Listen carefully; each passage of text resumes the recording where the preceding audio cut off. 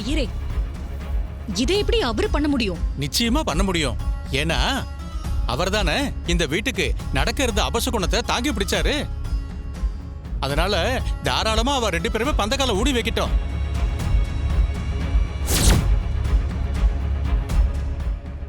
பந்தக்கால ஊனுங்கோ.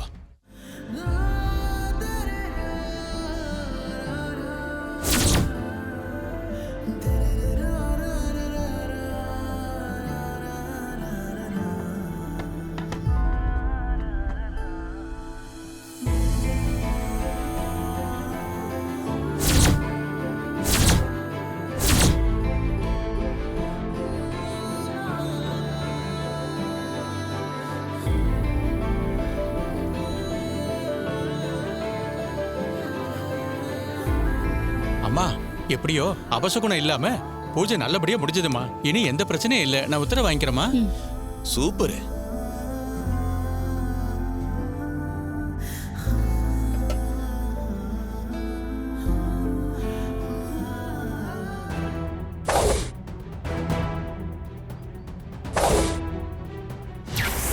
இத பாரு, உன்னை என் பொண்ணோட ஃபங்க்ஷனுக்கு நான் கூப்பிட்டதுக்கான காரணம் என்னன்னு தெரியுமா? இனி என் பொண்ணு உன் வாழ்க்கையில கிடையாதுன்னு உன் மூஞ்சில அடிச்ச மாதிரி ஸ்ட்ராங்கா உணர்த்தணும்னு நினைச்சேன். அதுக்காக தான் உன்னை வர சொன்னேன். உங்க அம்மாவுக்கு மூளை கட்ட போச்சு நினைக்கிறேன்.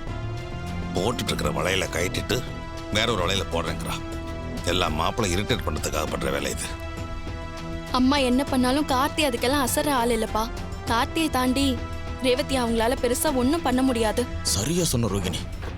அத்தை செய்யறதெல்லாம் பார்க்கும்போது எனக்கே கோவம் வருது. சகல இப்படிதான் பொறுமையா இருக்காரு. அவர் ரேவதியோட அன்புக்கு கட்டுப்பட்டு இருக்காரு மாப்பிள்ள.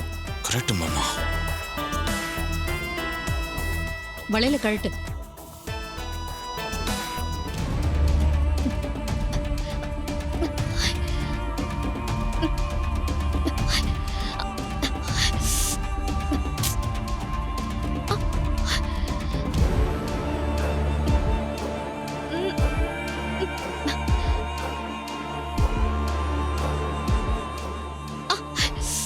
பழைய வலையில கழட்ட முடியலமா. ஈஸ்வரி, பழைய வளையல கட்ட முடியல விட புதுசு போட்டாகணுமா என்ன? பழசே இருந்துட்டு போட்டுமே. பழசு நல்லா இல்லைன்னு தானே தேடி பிடிச்சி புதுசா வாங்கிட்டு வந்தேன். என் பொண்ணு இதை தான் போட்டுக்கணும். அத்தை, பழசுதான் நல்லா ஸ்ட்ராங்கா நிக்குது. அப்புறம் அதை கழட்டிட்டு புதுசு போடணுங்கிற. அவளுக்கு எது பிடிக்குதோ அது இருந்துட்டு போட்டுமே விட. போதுங்க ரேவதி, பழச நான் கழட்டுறேன்.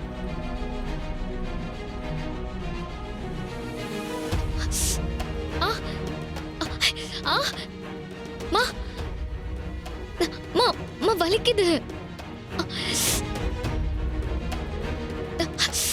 கொஞ்சம் பொறுத்துக்கோ. நான் தான் சொன்னனே, பழைய வளையல் ஸ்ட்ராங்கா இருக்கு, அது அப்படியே இருக்கட்டும்னு.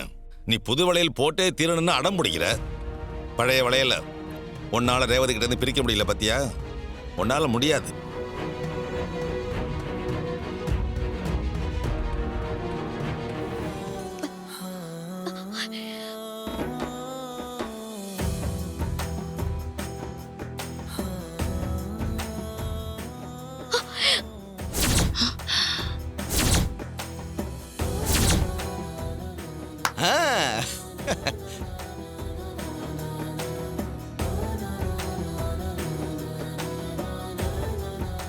அந்த கை.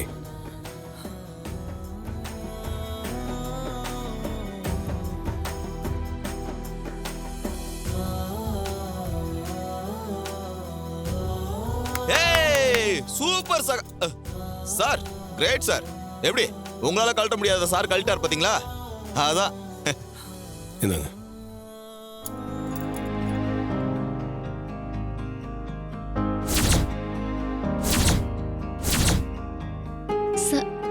சார், எப்படி சார் இந்த வலையில கழட்டினீங்க? கையால தான். சரி, போய் புது வலையில வாங்கிட்டு வாங்க. அம்மா, அதை கொடுங்க.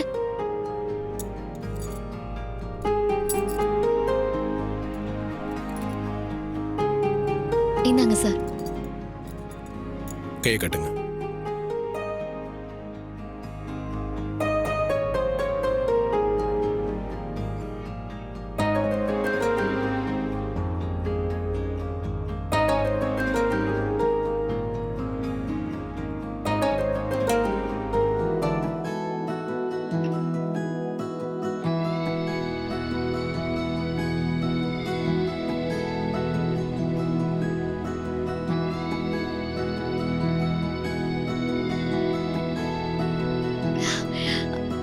ரொம்ப தேங்க்ஸ் சார்.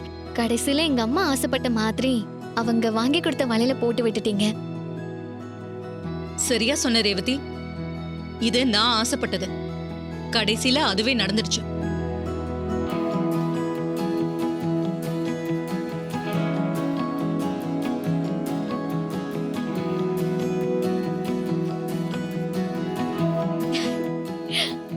எப்படி சார் எனக்கு பிடிச்ச கலர்லயே வாங்கிட்டு வந்திருக்கீங்க?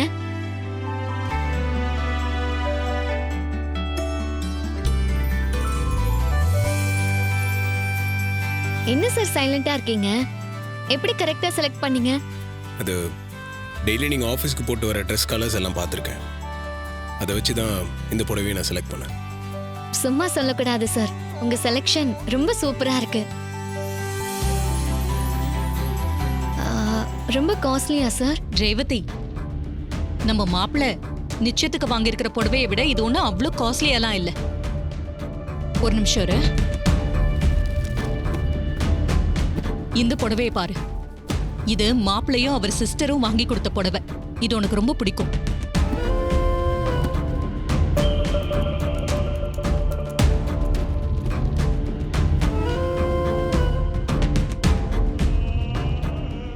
இந்த புடவை எனக்கு பிடிக்கலம்மா.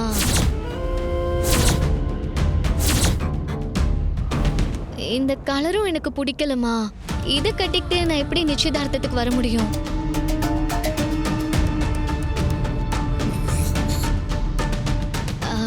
நான் சார் வாங்கி தந்த சாரிவே கட்டிக்கவா? என்ன பேசுற நீ? நிச்சயத்துக்கு மாப்பிள்ளை வீட்டுல வாங்கி கொடுத்த புடவையை தான் கட்டணும்னு உனக்கு தெரியாதா?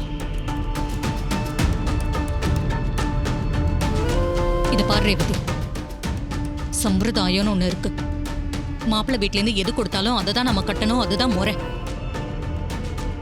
அது சரிம்மா, மாப்பிள்ளை வீடுன்னு சொல்றீங்களே, தாத்தா பாட்டி அவரோட அண்ணா அண்ணின்னு யாருமே வரலையே, ஏன்? அது அது வந்து அவங்க எல்லாரும் காசிக்கு போயிருக்காங்க. ரோஹிணி, அம்மா, டைம் ஆயிடுச்சு. நீ ரேவதியை கூட்டிட்டு போ. சீக்கிரம் ரெடி ஆகவே. சரிம்மா.